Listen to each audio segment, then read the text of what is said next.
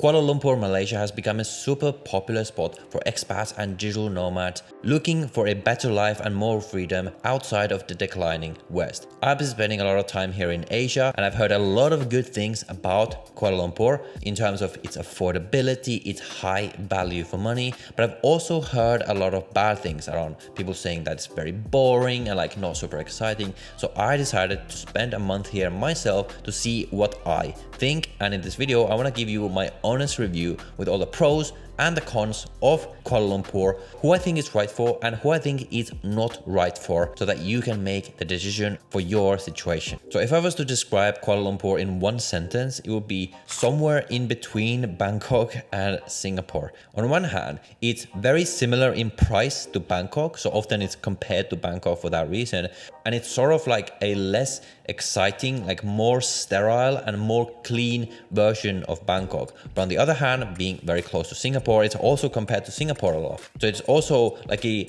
less expensive, like a downgraded version of Singapore at the same time. Now, if you're looking for fun and excitement, Kuala Lumpur is not it. It's quite a modest culture, like a very sort of chilled out lifestyle. That's like the vibe that I'm getting here. It does have a reputation of being quite boring, and that is something I did find. Now, this might be something that is important to you, or it might not be important to you, but that is definitely the vibe that I got here.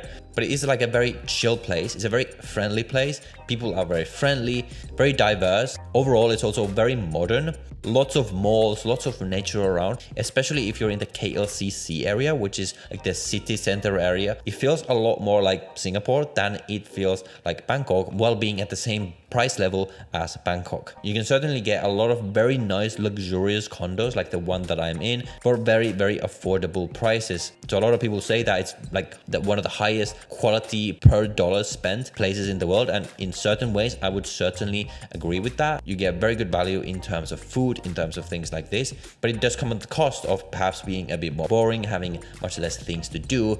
But if you don't care about that, if you don't care about the fact that it's more boring, things like this, then certainly the value for money here is going to be very, very strong.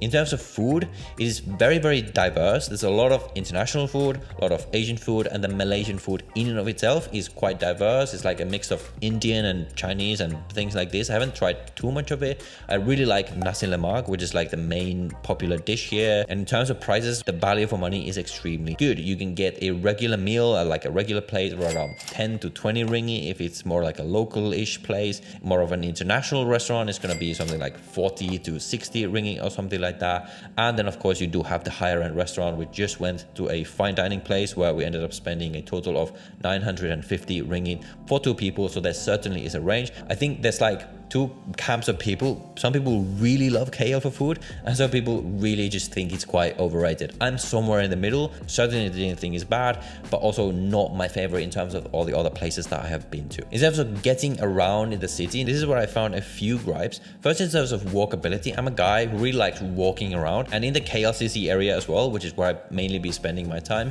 it is walkable, but at the same time, it's kind of not. Like, you can walk around, you can walk everywhere, but it doesn't feel like it's quite built for that. Like, a big thing is that a lot of the sidewalks are quite narrow. Like, there's many moments I'm walking somewhere and there's like someone that happens to stop in front of me to like look around or whatever, and it literally blocks the entire walkway because it is so narrow. So it is often quite annoying to walk around, and I feel like a lot of the crossings, they take very long to turn the green. Like, it's just a lot of waiting around in a lot of traffic lights. A lot of people have been saying that if you go outside of the main area, then it's not that walkable, and it is a very car-centric city, which I don't personally mind that much. I mean, I live in Dubai, which is a very car-centric city, but at least in Dubai, the main areas where expats live, like Dubai Marina, downtown, are actually extremely walkable. I never need a car, I never need a taxi when I'm in Dubai, whereas here, I feel like I would kind of want to have a car, but that could just be me. And the other thing in terms of getting around is the taxis and the grabs. Compared to other places in Asia, I just didn't find it was as good. Like, sometimes, I don't know why, but they don't seem to have as many grab drivers here. It would often take me up to like 15 minutes just for the driver to arrive, because there's not enough drivers around, at least where I am. And a big con as well is that we don't have motorbike taxis like they do in Bangkok. In terms of public transport, I can't really comment because I haven't really used it. I prefer using taxis normally. Food deliveries also tend to take a bit longer.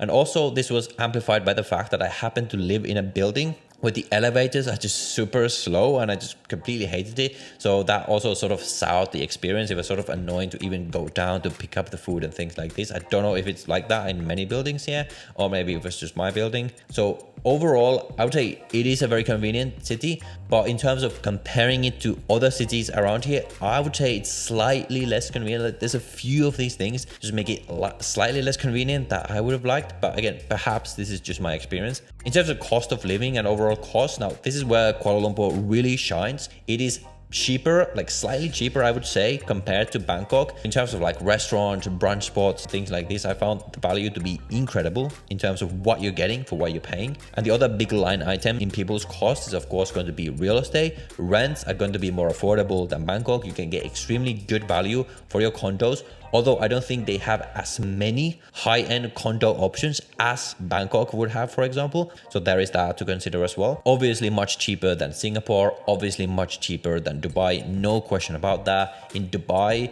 or Singapore, for a similar quality apartment, I would probably pay like 4 times or even 5 times more or something like that. So if cost of living is a big consideration for you, then Kuala Lumpur is really going to give you a lot of value. And if you want to own your home, like you want to buy a condo or even a house, then Kuala Lumpur is probably going to be one of the best options compared to the other places around here, because first of all, foreigners can own land here, and second of all, because the prices are extremely reasonable again for what you're getting. In terms of visas and taxes, now this is where many people will also have challenges, because Malaysia unfortunately just doesn't have as many options in terms of relocating here as a lot of the other places around. One of the places I talk about a lot, Dubai. One very practical reason why so many people are going there is because it's just simply so easy. You can just get residency in like 2 weeks and anyone can do it, and that is just that simple, and it's not even that expensive. Whereas in Malaysia, there's a few options that do exist, but a lot of people just will not qualify. The first one is the MM2H, which is the main program that people usually talk about in terms of Malaysia. And this is more for like retirees, or if you're already successful and you're willing to put up these deposits. I think the minimum deposit for even the cheapest plan is $150,000 US. So if you're not willing to put up a bank deposit of $150,000, then this is really just not going to work for you. It's going to be a 5-year renewable, up to 20 years renewable. I believe the age requirement used to be 35. It seems like now it's been downgraded to 25. So that is a big help for a lot of people. You do have a compulsory property purchase if you want to avail of this program, with a minimum price of 600,000 ringgit, which is again just going to be a big hurdle for a lot of people. So the MM2H, which is the program that a lot of people talk about, is really not going to be an option for you. Let's say you're someone like me, where you're just like in your beginning stages of being an entrepreneur, you don't yet have millions in the bank or something like that. But for like retirees, already successful people who perhaps now want to settle down, this is really what this seems to be targeted at. For more digital nomad-y kind of people, they do have what's called the Derantau digital nomad pass that allows you to stay in the country for up to 6 months. What I've heard from this though, from people, is that the process to actually get it can be a bit of a hassle. I think they're quite disorganized, and people have just been waiting to hear back on their application for like months with no response, and they've just been rejected for like a random reasons or something like that. Now this is just based on what I've heard. I haven't gone through this personally, but that is there to consider. For a lot of people, honestly, your best option is probably simply going to have Malaysia as like a very short-term base around the year, using their 90-day visa exemption, which is available for a lot of countries. So that's a very big plus. Like you can stay in the country for up to 3 months just on the visa exemption. So if that is fine for you, then there's no issue here. But if you want to have Malaysia as your main home, like your long-term home, then the options are simply not as extensive as they would be somewhere like Thailand, where you can just get the Thai leave visa, and that is that. Now there are other ways. If you really want to live in Malaysia, you're going to have an option.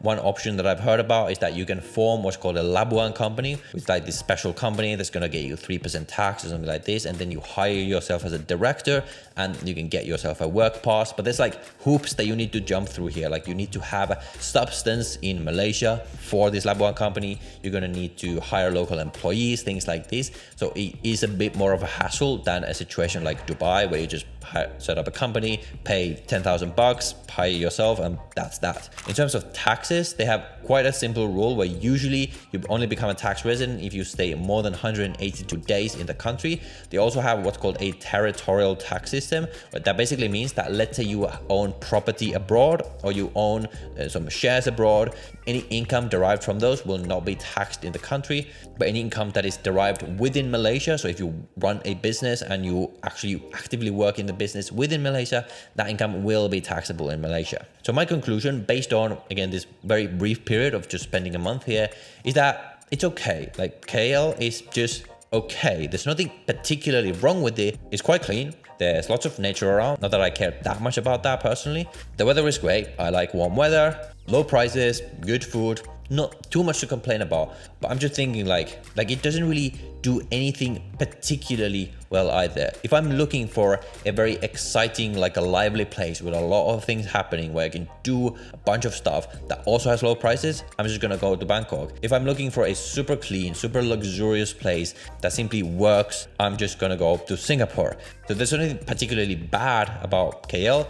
I just don't think it stands out in any particular way for me personally. But that could be what you want. For a lot of people, they don't care about partying. They don't care about having like all this life around them. They don't like the fact that Bangkok is so chaotic or something like that. And they don't want to pay the prices of Singapore. So it depends on how you look at it. So is KL boring or a hidden gem? Well, I would say that it is both. It is certainly quite boring, there's no denying, compared to a lot of the places that are around it. But if you don't care about that, then it very much is a hidden gem. And there's going to be a lot of people who really don't care, who really like the fact that this is more relaxed, it is more like modest. So for people like that, KL is certainly going to offer probably the best quality of life in terms of dollars spent anywhere in the world. Let me know what you think down below. If you want to see my review of the other major Southeast Asian cities, specifically Bangkok, you can watch that video right here. And I'm also going to be comparing Kuala Lumpur to other places in the world. So subscribe to this channel if you don't want to miss those videos. So go watch that video next. I'll see you in the next one.